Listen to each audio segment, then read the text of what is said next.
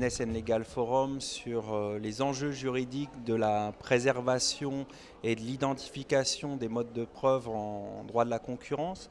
Vous pouvez nous dire quelques mots à ce sujet? Tout à fait, avec grand plaisir.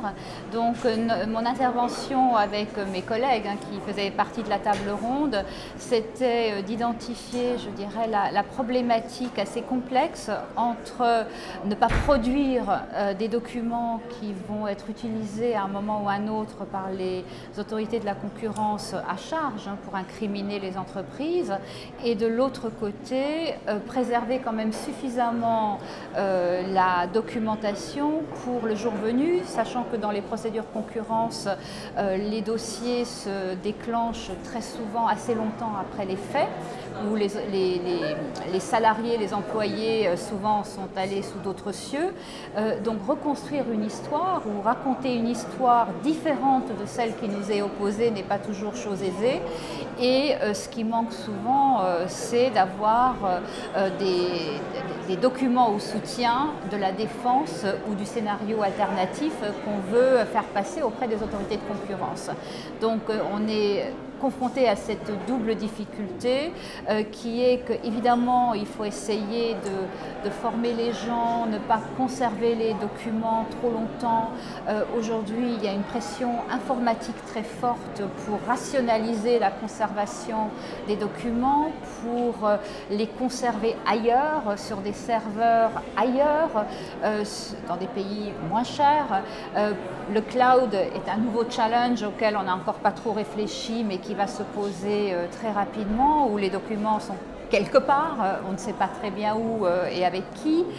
Donc tout ça sont des challenges, comme je disais, qui suscitent beaucoup de réflexion et nécessitent du travail en commun entre les opérationnels, les directions générales, les juristes et les services informatiques qui n'ont pas du tout l'habitude de travailler dans un esprit, je dirais, de conservation, mais plutôt de rationalisation.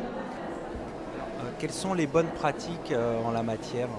Je pense qu'aujourd'hui, nous n'avons pas malheureusement des best practices.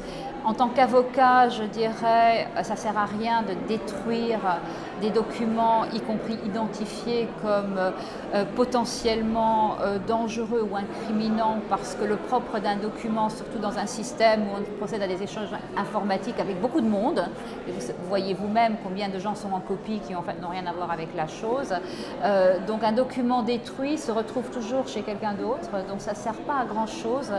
Et en tant qu'avocat, et je ne suis pas certaine que les juristes d'entreprise partagent complètement cette vision, pour moi ça ne sert pas à grand chose, et dans la balance des avantages et des inconvénients, je pense qu'il y a de plus gros inconvénients à ne pas avoir des documents au soutien d'une histoire qu'on veut raconter ou qui explique, parce que beaucoup de documents, je veux dire, sonnent mal, mais ne sont pas si méchants que ça lorsqu'on a quelque chose à raconter. Peut-être un mot sur le Business and Legal Forum. Que pensez-vous de cette édition?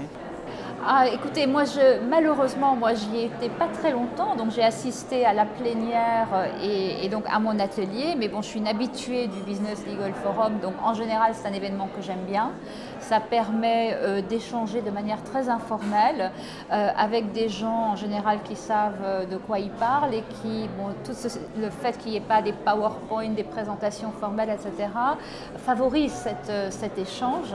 Et donc cette édition, comme les précédentes, je la trouve plaisante, agréable, bien organisée et enrichissante. Merci d'avoir répondu à mes questions. Je vous en prie.